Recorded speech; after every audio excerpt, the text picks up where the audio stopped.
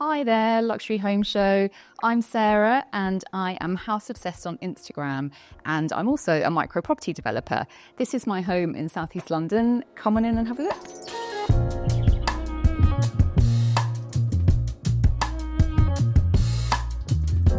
The garden is actually the reason why we bought this house. I really wanted to, as I take you through the garden, to create a sort of meandering kind of route through the garden so it's not a straight line from one end to the other. I think lighting is so important, not just obviously from a practical point of view, but also I think the lights should, sort of be a design component in their own right. So even when they're off, they add something to the room. Probably the best feature of this house, certainly the thing that goes viral whenever I mention it on Instagram, is our... We moved in here 2 years ago, and that was after about 18 months of building work. So actually, we bought this house back in about 2018, rented it out for a couple of years whilst we were thinking about what to do with it and getting the money together to do some work. Then we spent quite a lot of time going through planning and did all of that whilst COVID hit, so it became quite difficult. The interior was basically pretty much all me. It's very much Scandi-Minimalist is how I would describe it, just with pops of kind of muted colour and tones. Lots of woodwork, as you'll see as we go through the house. And yeah, we live here with, it's me, my husband, Pete, our two children who are 20 and 18, our dog Harvey, the Whippet, and our cat Nelson. This house was really different before we got our hands on it. So it was a 1950s post-war pebble-dashed house. So we extended it 6 metres out the back. We extended it first floor out the back. We went sideways into our side return and we went up into the loft. So we managed to double the footprint, or more than double the footprint doing that. We've come from a Victorian terraced house, and you have a lot of those obviously in London. They tend to be quite narrow and quite often narrow and tall. So we just wanted more width. So it's not quite a double-fronted house, but it's nearly that kind of width, which as we go through into the back, you'll see what a difference it makes.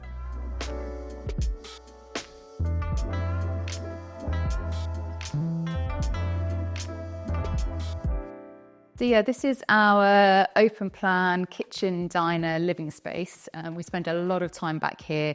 It's southwest facing, so it's lovely in the afternoons, evenings. You get some lovely light coming through the back. This is the line of where the old house came to, where this post is. So you can see the amount that we've managed to add on here. It's fantastic that we managed to end up with a space that's nearly 8 metres wide and 7.5 metres depth from the back wall to the windows. So I designed all of the interiors in this house, including this kitchen. And I knew that I wanted to have a concrete worktop. And then I saw that there was the option to grind back the surface so that you could reveal the aggregates, which I absolutely love. But we did have a bit of a nightmare with this worktop. I mean, it's absolutely stunning, but to start off with, it wasn't sealed very well. And that meant we had to be so careful with absolutely everything. Even just putting a glass of water down on the surface, you ran the risk of being left with a ring mark. So nobody could put anything down without me sort of sticking a coaster underneath it or sort of picking it up and wiping it with a cloth. It was a very stressful 14 months of using the kitchen, and I was regretting my choice of worktop as much as I liked the look of it. It just wasn't practical. And then a chance conversation with a neighbour who'd had a similar issue with their concrete worktop told me about a company that come in and seal them. And they came in and sealed it, and it is just absolutely brilliant. Not only do I love the way it looks, but you can throw anything at it now, absolutely anything, and it just wipes off and it feels so lovely and leathery. I continued that on all the surfaces just to keep it really simple. So this side, the splashback, which had to be done in 4 pieces, and the shelf. And then when we go in the pantry, you'll see it's in there too, and in our breakfast cupboard. People often talk about decision fatigue, which is, in my book, a very real thing. But some of the details that I incorporated and had to really think about as we went through the build are things like our kitchen units here. You can see that they're flush straight up to the reveal of the roof light. So that's no accident. That was planned in meticulously with my builder, making sure that everything was positioned in exactly the right place. In fact, the roof light was built first, and I had so many conversations with him to say, make sure that there's enough space for the kitchen units and the depth of our fridge freezer and so on, that everything will line up with this roof light. And then the other thing is going this way, the edges of where our worktop finishes goes up and lines up with each edge as a roof light as well. And the other thing is with this roof light to mention is that because we're southwest facing, we get obviously a lot of sunshine in the afternoon, evening when it's really hot in the middle of summer, especially with the summer that we've just had. But actually, they're really deep. They're about 70 or 80 centimetres deep. And what that means is it kind of cuts the direct sunlight off a bit, so you don't get so much actually coming down into the kitchen whilst you still get the light. So that really helps reduce the amount of heat that comes into the kitchen. I wanted everything to be just very clean lines. As I said, I'm sort of all about Scandi-Minimalism. So I've got a concrete floor that's everywhere throughout the downstairs. But what really sort of helps to warm up the space is all the wood. This is all oak veneer. It's in a rift cut. Normally people have crown cut, which is where you have all the waves going up and down the doors. I actually went with the joiner that I worked with to build this kitchen to the veneer warehouse, which is this insane space with just veneers rolled up from all over the world, just like, you know, like a sort of big airport hangar kind of size. And yeah, chose this together. And then he took it away and actually sort of veneered the MDF and made it. So yeah, on the island, I went with something a bit different. These units are spray painted in a colour by Mylands called Messel, which I think is just a very earthy, natural, kind of slightly muddy kind of green colour. So you'll see as we go through the house, any paint finishes that I've got, they're all quite sort of muted, natural kind of colours. There's quite a few greens, like some dirty pinks. The other thing that we've got actually is, you know, I always like to introduce texture rather than lots of pattern. So the walls in here are a clay plaster. So you can see that, you know, so they're not completely flat and they've got a nice cloudy kind of textured effect on them. I have to say though, that I probably wouldn't do clay plaster again. It's proven to be very soft and very prone to dents and bits being knocked out of it. So as much as I love the look of it, that's a lesson learned that I would use something a bit harder wearing next time. We actually have 2 dishwashers, so they're not dirty. That one's clean. So one here and one here. And it just means that we never have any washing up on the surface hanging around. Nobody likes to empty a dishwasher. You know, our kids are rubbish about emptying dishwashers as well. But it doesn't matter because if one's full and nobody's emptied it, there's still another one that we can use. And the other thing I did was so that we wouldn't have lots of washing up or, you know, so clean washing up, drying on the surface is I didn't put any draining grooves into our worktop. Instead, what I did was I did a double sink. So one sink we wash up in and the other one has a little drainer in it and we just put anything that we wash up in here because we tend to wash up the pans rather than put them in the dishwashers. So yeah, we never have anything accumulating on the side that's dirty and we never have anything on the side that's clean and waiting to dry. So it keeps the sides. I'm quite obsessed with having clear work surfaces, as you can probably see. And then I could have put cupboards all the way along here, but I decided to keep it a bit more open and just have this concrete shelf because actually it kind of makes it feel a bit less kitcheny and a bit less clinical when you can just even display, these are bowls and stuff that we use all the time, but they look pretty. But you can also display other items that are really not kitcheny at all. So it just kind of helps to add a bit of warmth and interest to the kitchen area. And this is probably the final piece of the puzzle to keep the worktops clear. It's a quicker boiling water tap. Although it's not just boiling water, we get filtered water and fizzy water out of this as well as normal hot and cold and then boiling water. Here in the pantry is where we keep all of our kind of store food stuff. But something that there's always more and more kind of small appliances that are being brought out that, you know, you don't necessarily know about when you're doing a renovation. I've got a couple that we have here now. So I didn't factor in space for them to go. But fortunately, when we got an air fryer, which, you know, is a bit of a must nowadays, we had this little spot here that was available for it. So this is where we have our air fryer nicely hidden away. And then we have a wine rack above it. And we have another much larger sink here, which means if you have lots of people around and you obviously not clearing up everything whilst they're here, you can just chuck everything into the sink. You know, big baking trays can go in there as well to soak and they're out of the way. We've got a door on the pantry that I made sure kind of looked like part of the kitchen. So the line of the cupboards continues around. So the height of this door is the same as the height of all of this in the kitchen. And the door handle is the same style as the door handles here or the cutout handles here. In reality, this stays open permanently because this is where the dog and cat have their food and their water. So they need to be able to access that all the time. So a bit annoying, but never mind. And then over here, another nice little detail is that we actually have a cat flap that goes through our concrete wall out here. But this opens, and in fact, it was never intended to be a cat bed. It was just supposed to be a little antechamber before he went out of the cat flap. But actually, the cat loves lying in there and then kind of goes in and out through there. Basically, we had nowhere else we could put a cat flap because there was no way we were going to put one in our sliding doors. I didn't want it visible in any of the walls, so I wanted to hide it away. So it became part of the joinery and has worked out really well.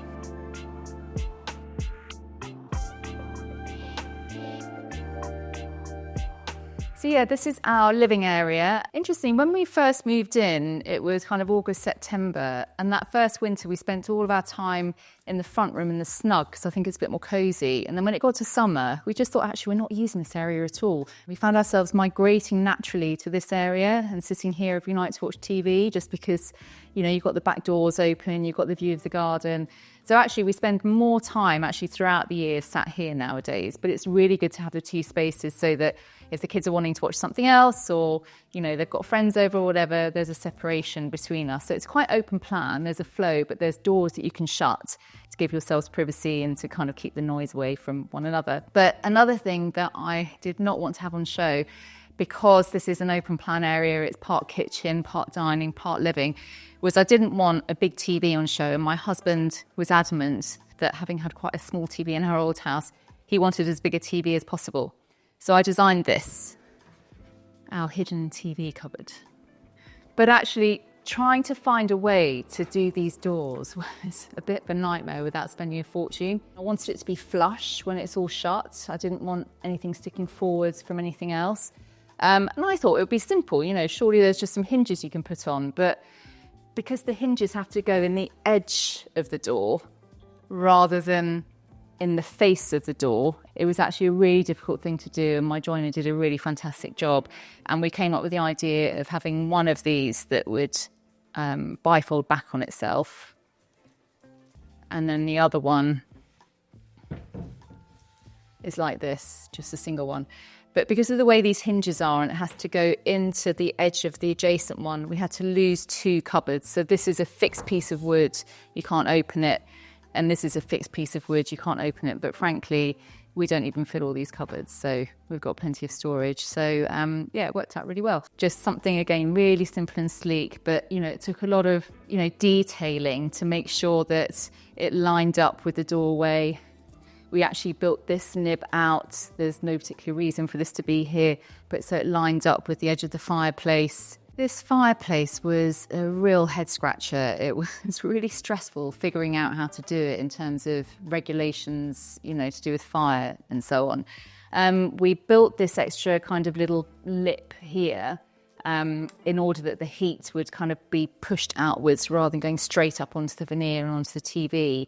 There's all sorts of regulations about how far away, you know, the bottom of an electrical equipment, like, you know, your TV has to be from sort of the top of the fire and so on. So we made sure we adhered to all of that. But I wanted this concrete surround, and I was being warned that the heat from the fire could make it what's called explosively spool, basically kind of explode, like the sort of the pockets of air in the concrete could get so hot it would start exploding. So obviously I was a bit worried about that. So we actually used this special fire board behind and painted it black, which I'm not that keen on because you can see where the joint is. And to be honest, like, there's no sign of explosion happening anywhere soon. It's a bioethanol fire as well, which has a lower temperature, burn temperature, than a gas fire or a log fire. So we put a bioethanol fire in, uses clean fuel, bioethanol fuel. You just have to top it up every now and again, and it doesn't require a chimney. So, you know, it worked really well. And it's, again, sort of lovely, sleek and modern. So it really goes with the look of the whole house and the living area. So the fire is from a lovely guy called John from bioethanolfires.co.uk. And he was just brilliant and so knowledgeable and so helpful.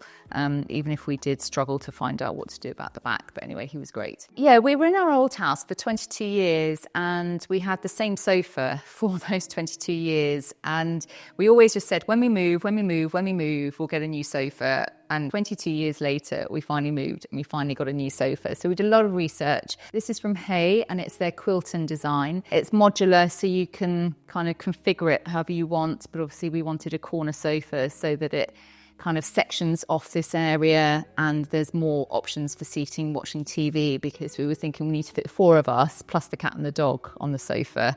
You know, worst case scenario, that rarely happens, but you know, worst case scenario. And then we've actually only just got this coffee table yesterday. So we've been here for 2 years. I'm the kind of person, I'll kind of get involved, sort of making decisions quite quickly about, you know, the structure of a house, a room, you know, sort of the materiality of the room and so on. But I find it really hard to make decisions on final bits of furniture and furnishings. And so we have actually just had this side table has been our coffee table for probably about the last 18 months. And before that, we didn't have anything.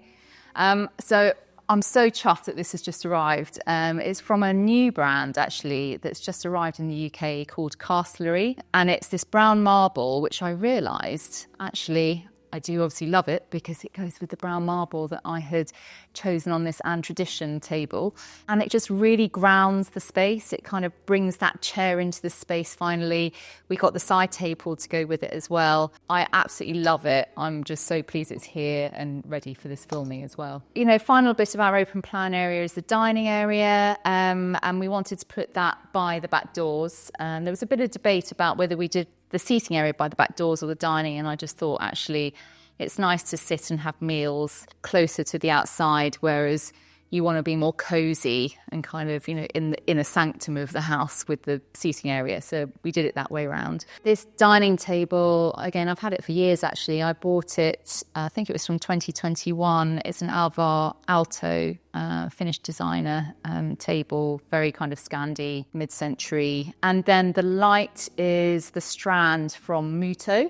And it just gives this lovely diffused light. And it works really well. We love it. I think lighting is so important, not just obviously from a practical point of view, but also I think the lights should, you know, sort of be a design component in their own right. So even when they're off, they add something to the room.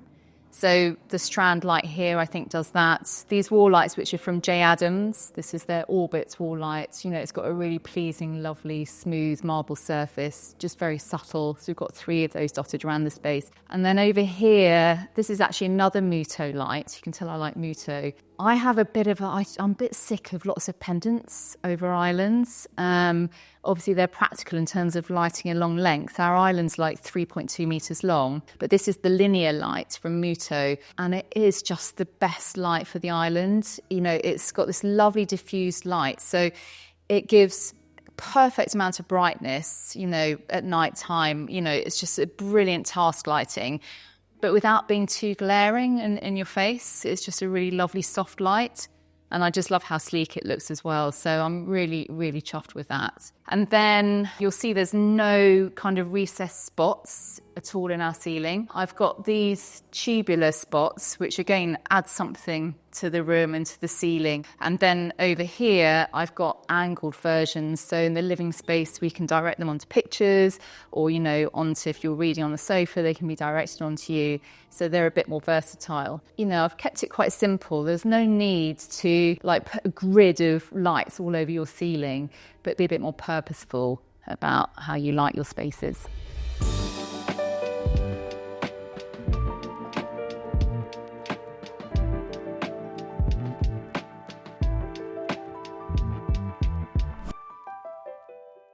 The garden is actually the reason why we bought this house. It was a really lovely big garden. Obviously, we've eaten into it by 6 metres this end. We've eaten into it a bit the other end with the garden room, but it's still a really good size.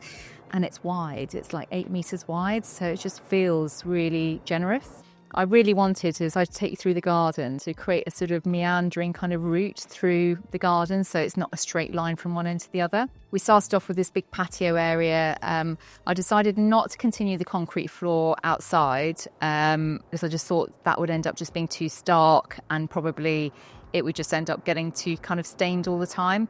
So I went with these clay pavers, which are very different, but and they could be quite kind of country cottage sort of feel, but because I've laid them in quite a modern way in what's called a soldier course, I feel like it actually sort of plays to the kind of the modernness of the house. I designed and have built this outdoor kitchen, so it's a decked-on work surface, which is pretty much indestructible. And we had this built before we'd had our concrete sealed inside. So I was adamant I wanted something that was just never going to cause any problems. So yeah, it's absolutely brilliant. Decked on. We've got a big barbecue, again, nice and sleek and sort of inset from beef eater barbecues. All the wood that you see here and on both sides of the patio, you'll see as we go through, it's a different fence from the rest of the garden. I basically made sure that we had enough cladding from the house. It's Siberian larch, but we then treated it with a product called CUX. So what CUX does is it kind of accelerates the aging. You can kind of determine the end colour, and it makes it go uniform as well all over. So we applied that. We've got this cladding detailing on the back of the house that follows around on this first bit of fence that kind of zones the patio area, where we have this lovely seating. These are actually new this year from Cane Line or Carnelina. It's a Danish brand.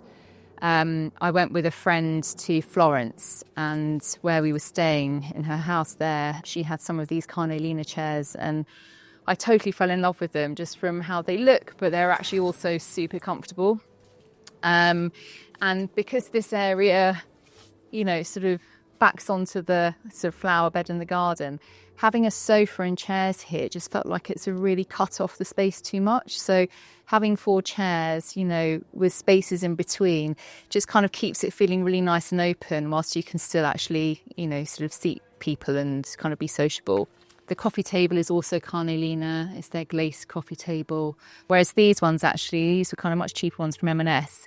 And the top is actually a piece of the decked-on worktop that I just had the guys kind of cut in a round shape to fit on top. And then over on this side, we've got the dining area. I mean, there's obviously a lot of space out here, but to kind of really maximise on the space and to try and keep away from the steps, I created a bench seat into a concrete retaining wall. So my builder did the concrete retaining wall. We've got slightly different levels of gardens on either side of us. I've talked about Muto before with some of our lights. This is actually a Muto table as well. I think it's called their linear table. And then these chairs are the Bliss chairs from Carnelina. And I mean, they are just so beautifully made and organic and really, really comfortable. I love them. So we had different levels in the garden originally, but we sort of dug further out. You just go up the steps to the top level of the garden. And up here, I sort of interspersed the clay paving with gravel. As you go through, you'll see that I alternate between the two. Got the kind of green grassy area, which we actually never use. I don't know why I thought we'd be doing cartwheels all over it, or I don't know, so just lying on it or something. Harvey uses it. He sunbathes on it, but otherwise it doesn't really get used very much, but it looks nice. That side of the garden is the most sunny. This side is like nominally shady. So created this as a little kind of shady seating area, but we also have the pergola, which has worked out really well. I worked with GRDN to do all the planting. They come up with some suggestions. I had some suggestions, but I did a lot of the sort of final planting design as well, even though I don't know a huge amount about plants. I'm learning. These are called Hakanacloa macra, and I absolutely love them. I planted them like not this summer, just gone the summer before, and they were tiny little things, and they just filled out already. And what happens, you can see it starting to happen now. In the autumn, they just go this vibrant rusty colour, and you just keep them all winter, providing lovely structure. And then you sort of hack them back to the ground in March, and then they sort of flourish again like this. So, yeah, and then we have this walkway through between these lovely multi-stem Amelanchier trees, which have beautiful blossom in March. This time of year, their leaves go very orange. So this is the pergola area, which is actually on the really sunny side of the garden. So it gets unbearably hot here on a hot summer's day. So this year I bought some coconut fibre netting, and I sewed it together to create a sort of meshed but very natural fibre cover going over the top. So that makes it, just filters the light and just makes it a lovely shady spot to sit. And also, you might be able to just see we've got some blinds at the back here, because as you can see now, at the end of the day, you get the sun sort of streaming in through the back of the pergola, and it kind of comes underneath where the netting is, and it's really hot. So I've got these blinds that come down to shield you from the afternoon sun as well.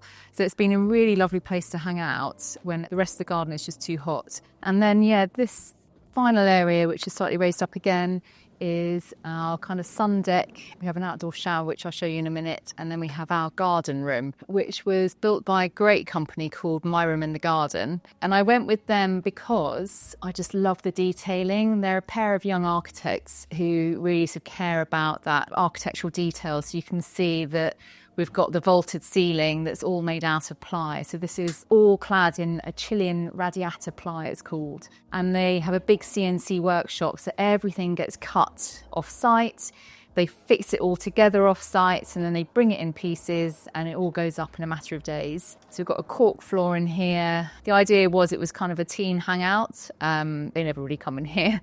And it's a garden office as well. So Pete mainly works out here. Sometimes I do if I need just a bit more peace and quiet. And then otherwise it's just a nice kind of like summer house almost to have at the end of the garden. So it's very multifunctional, and we have a toilet, so you don't have to keep on running back into the house if you're working out here or hanging out here. And the other thing that we have out here, we don't have a loft, so we have no kind of big storage space. So I designed this kind of as part of the garden design, and then worked with My Room in the Garden to bring it together. But we have a storage shed as part of the design here, which I'm actually not going to show you because it is packed with stuff. You can barely get in there. And I went for black, lightly charred cladding, almost as a bit of a sort of juxtaposition to the light, creamy cladding on the house with the larch. And then over here, we have the husband's request, which was an outdoor shower. So it didn't have any hot water for a long time, but we finally got the hot water set up a couple of months ago. So you can have a nice hot shower out here. It's actually sort of pretty well concealed from everywhere. Nobody on those sides can see you. And where they might have been able to see you, there's so many trees that nobody can see you. So you can get naked in here and not have to worry about it.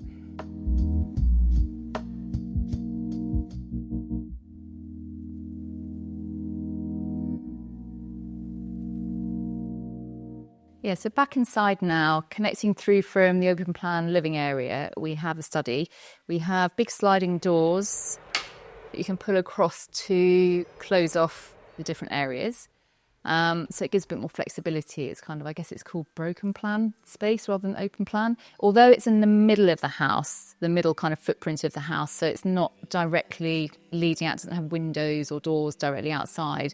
You get a lot of light coming through from both sides, through the roof light, which is not too far away, and through the front of the house, through the snug. But then we also have, lights in here. Just by tapping the wall, a little LED light comes on here as well. This is just, so where I put my sample. So this is actually, I'm working on a development at the moment, just coming to an end. And this is basically sort of most of the samples of the products that I've used across all the bathrooms and the kitchens and everywhere. Because we have lights that drop down from the ceiling in here as well as in all the other spaces, I created this little design to sort of lower the top of the units but still allow the whole thing to go up to the ceiling, because obviously you don't want the doors to be opening into the lights. But yeah, love working here, and it's great because when the kids are around I can kind of chat to them as well as working, and it works really well. And then this is string shelving, so modular shelving. I think this was invented in like the 1950s or 60s or something, and it's still going strong. I was thinking about putting built-in joinery here, but we've got a lot of built-in joinery, and I just thought actually it'd be nice to have something that I could take with us if ever we do move. So we wanted somewhere to put all of our books, but that wasn't in like a main living space because it can just feel a bit cluttered and messy. So this was perfect to put them in the study. And then you can walk directly through into the front room that we call the Snug. You'll see actually that I've got a lot of plants everywhere. I love greenery. I've got some on the shelves up here in the study, and you'll see as we go around the house there's plants everywhere. I just think It's great to bring a bit of nature inside. Obviously, there's health benefits as well. But, you know, obviously there's so many different types of foliage that you immediately get lots of different kinds of texture and different sort of colours and tones of green. So, you know, they're just a really fantastic way of, you know, adding a bit of interest and depth to a room. This was quite a big piece of joinery to have made. I worked with a really lovely South East London joiner for this. I kind of replicated to a degree a design that I'd seen again on Instagram. Before we put this in, this room was really bland and boxy. So, you know, it's really kind of become the feature of the whole room because it's wood veneer, you know, it's just obviously got that lovely soft naturalness to it that really kind of warms up the whole room. And it's just brilliant because you can display lots of items on it, personal possessions, personal belongings that tell a bit of a story. We've got loads of coffee table books. Some are to do with our interests, some are to do with just interiors, some are to do with Pete loves cycling. So it's a great place that you can put all of that, and it tells a bit of a story about, you know, who lives here. So yeah, and then this is quite a statement light. We actually brought it over from our old house. It's a replica of, and I can never pronounce this, Serge Mouille, I think it is. The real thing is thousands of pounds, so there's no way we're going to get that. But this was like a couple of £100. But love it. It's quite versatile because you can kind of move it all around. And then the sofa here is actually the same make as the one that we have in the other living area. It's a hay quilton, but just covered in a different fabric. It's probably actually a bit more hard wearing with the matching ottoman to go with it. So this is another sliding door that we have down here. It's oversized, both widthways and heightways. But again, it's just great for not taking up space in the room, but being able to kind of close the rooms off from one another, you know, if people are watching TV and you don't want to hear anything.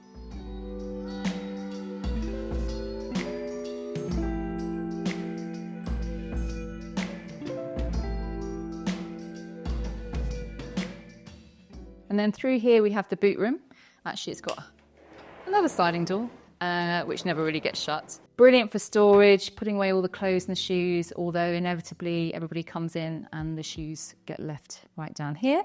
But the thing I love about this is the round roof light. I really wanted to get one in somewhere and just thought it was a nice feature for this little space, along with having bare plaster walls and bare plaster ceiling. We actually made this using a square roof light, but made the reveal round underneath because an actual round roof light costs a lot more money. So one of the things that I love, it makes me very happy, is clean lines. So even where there's doors, I've tried to make them sort of feel a bit hidden. The only reason you'd know there's doors here is because there's little handles. Under the stairs, likewise, there's actually, you can just see little cutouts here.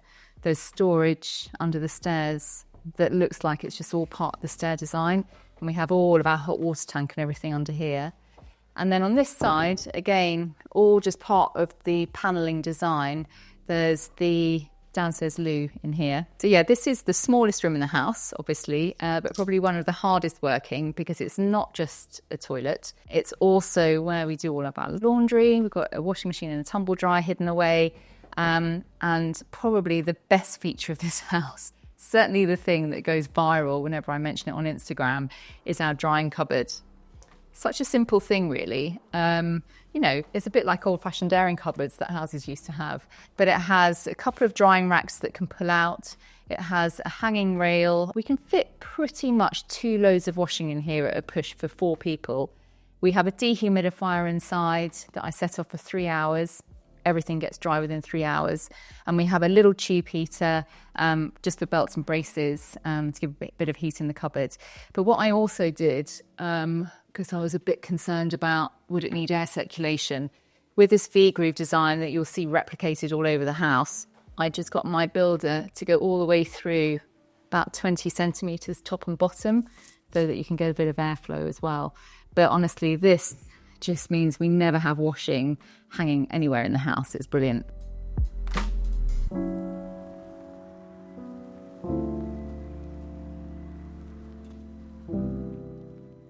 Okay, so that's it for the ground floor. We'll go upstairs now, but before we do, I just wanted to point out a couple of things about the stairs because they're actually big feature of the house. We moved the whole staircase back to create a much bigger kind of entrance hall, and I wanted a new sort of modern staircase. And this design I'd seen an architect had made and used the same joiner to create it. So these kind of finned balustrades are a modern take on a traditional staircase.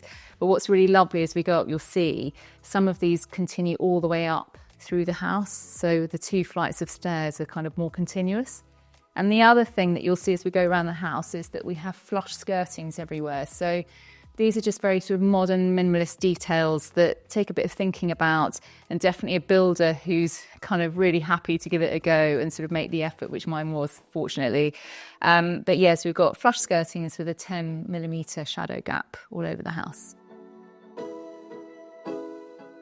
So on this floor we have 3 bedrooms, the 2 kids' bedrooms, one of them's ensuite, and the spare bedroom. The spare bedroom is another thing that took me a long time to sort out. So it was literally sort of a junk room full of boxes, just stuff I didn't know what to do with, didn't know how to set up the room. And then my cousin came to stay probably about 4 or 5 months ago with his son, and it forced me to actually put a bed in there to sort everything out. Sometimes you just need a bit of a push, to finish things off. But yeah, having done this whole massive build, it just took me a little bit of time to get some of the finishes. So my daughter has the room with the ensuite, obviously. She's a lot more demanding than my son anyway.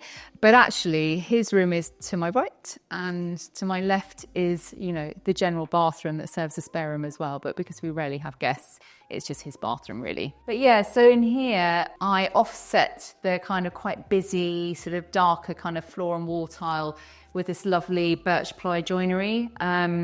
So there's a nice big cupboard behind this mirror. It's particularly deep. And then you've got sort of shelves, which, a bit like in the kitchen downstairs, we're not going to clutter them up with lots of kind of bathroom stuff, but it's nice to kind of make the bathroom feel less clinical, just have some more greenery, some more plants and some little pieces. Not that Josh cares about that, but it pleases me. And then in the shower area, actually I've got another plant which is hanging off the bath that sort of holds the screen in place.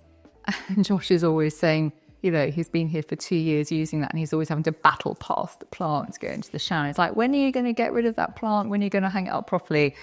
Maybe one day.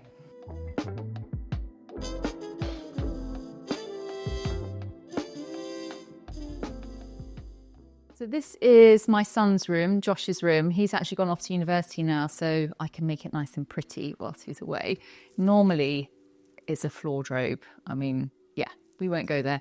But this room, I think things to mention. So I hate boxing in and pipe work, boxing in bathrooms. I will do everything to avoid that. But actually, we had a pipe that had to run along here.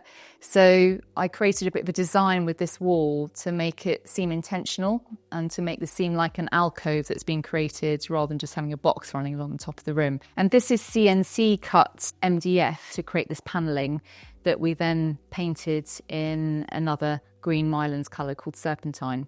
And then there's a few, you'll see dust around the house actually, there's a few sort of vintage pieces. So I do try and mix a bit of old and new.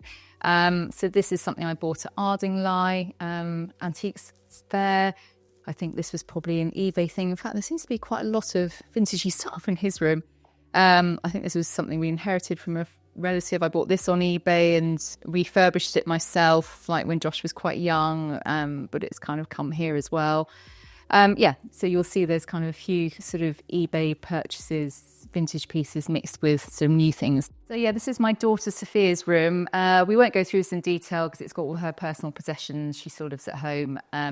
But we've got Harvey, who's always finding a bed to lie on, aren't you, Harvey? So Sophia tends to keep her door shut most of the time to try and avoid that happening.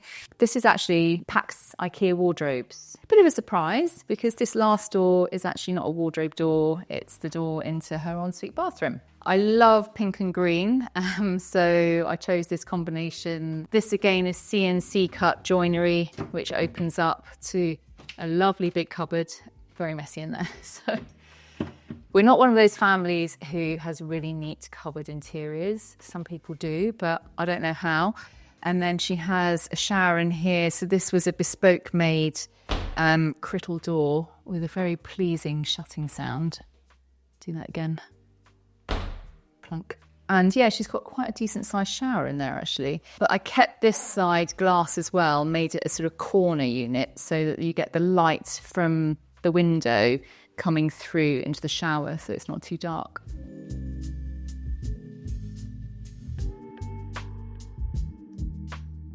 Yeah, and then this is the stairs up to the final top floor where we've got the, I think we're supposed to call it the primary bedroom now rather than the master bedroom, aren't we? So we've got a different kind of texture on the walls in here. So we've used bowerwork lime wash paint, which is all up the stairs and into this space, which I just really love because I just love the kind of cloudiness and sort of, you know, the natural kind of interest that you get from that. So as you'll see, we have no artwork in here. Again, mainly because that's something that I haven't finished off, following that theme from earlier. But I do feel that because of the lovely texture on the walls, it's almost like a piece of artwork in itself. So it doesn't feel kind of bland and boring. It still feels kind of finished, but at some point I would like to get some art up here anyway. Yeah, we got this huge Super King bed from Go Modern. We've got a Vi-Spring mattress on top, which is amazing. Oh my goodness, it's the most comfortable mattress I've ever slept on. But it's so heavy. It's actually too heavy for the kind of the pistons of the ottoman. So you can't actually, we have two of us to lift it up, hold it up whilst we do anything underneath it. So not quite as easy a storage solution as you might think. These pendant lights by the bed, these are, you might recognise the same design as those little wall lights downstairs in the living area. So they're the J. Adams orbit lights in the same black marble, but in the pendant version. And then we have the same sheer curtains as we have downstairs. This is all from Silent Gliss with the recessed tracks. And we have one for the sheer curtain, which keeps the heat out, so direct sunshine out, but also gives us privacy because otherwise, although the houses are not very close to us, you know, sort of on the neighbouring road, probably people could see in, especially at night time. And then we have a second track, which is where we have our near blackout curtains. And then through here we have our dressing area. So these are PAX units that have wood veneer continuing the oak theme through the house. Doors that were made by a joiner, and then again I've continued with some of the same handles. So basically got two kinds of handles in this house, this kind and then another one from Corson Architectural. But these blinds, I'll show you how they work, are absolutely brilliant. They're from Luxaflex. They're duet blinds and they are top down, bottom up. So you can have them like this, or you can have them all the way down, or you can have them all the way up, or you could just have them half on the top of the window. We have them permanently like this because we don't need to block out the light. We just need privacy on the bottom half of the window. And apparently you get 2/3 of your sunlight through the top third of your window. So it's always good not to have something kind of covering the top part of your window.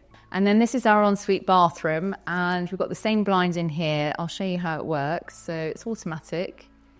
So you can either just have it all the way up. So in the morning when we've got sun streaming in here, we might put it up just to stop it kind of glaring on the mirror.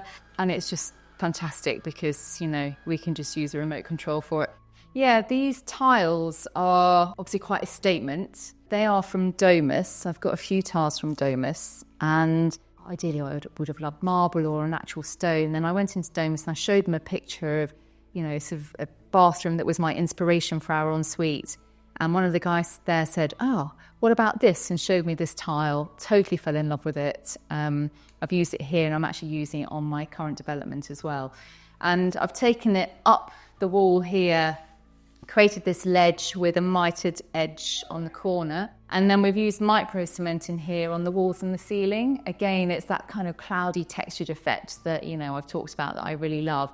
You'll see that we've got a lot of bronze finishes around the house everywhere. So I continued that theme in here. So this is a bespoke made, it's oversized, obviously floor to ceiling shower screen. One of my things that I'm always really conscious of with showers is I hate water splashing out. So I wanted this to be long enough. So I think it's like 1.2, 1.3 meters long. So I'm just always trying to have like a minimum, absolute minimum of a meter screen for the shower. This basin is from Cast Concrete. They have so many amazing colours. It was hard to choose which one to go for. This is, I think, their Sienna double sink. When it arrived, I suddenly thought, oh, I made a terrible mistake. I should have gone with something more neutral, but actually, as the only kind of pop of colour in the room, it actually stands out in a really good way. It kind of really adds something to the room. I love it. And then these are our bathroom cabinets, which are actually just IKEA cabinets sunk into the wall. I actually made some of this myself. So I bought some metal angles and they were a really gaudy, kind of brassy colour. So I had to try and age them myself. I mean, the whole process was ridiculous. I don't know why I bothered. And then I had to buy the pieces of mirror, and then my builder kind of like put everything together. But they've got demister pads in them, so it's brilliant. Like, they never steam up. They come on with the lights. And yeah, the bath is from Lusso Stone, and I just love the fluted kind of design of it. It's really comfy, but I think I've had one bath in here in 2 years. I'm not a bath person. But I think it's important to have a bath in the house, even if we don't use it. Somebody else will use it at some point. And, you know, it fills the space nicely. It's a nice feature in the bathroom as well, underneath the window.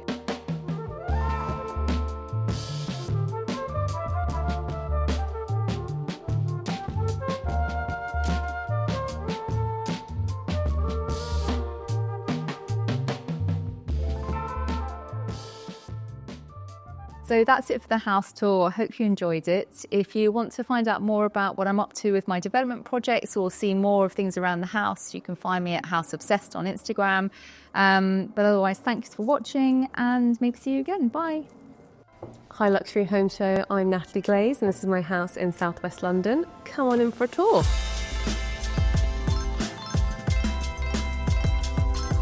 It's an old house. It's like it hadn't been touched for about 70 years. And I was like, it's such a beautiful old home with so much history. I wanted to make sure I kind of brought in lots of textures and vintage pieces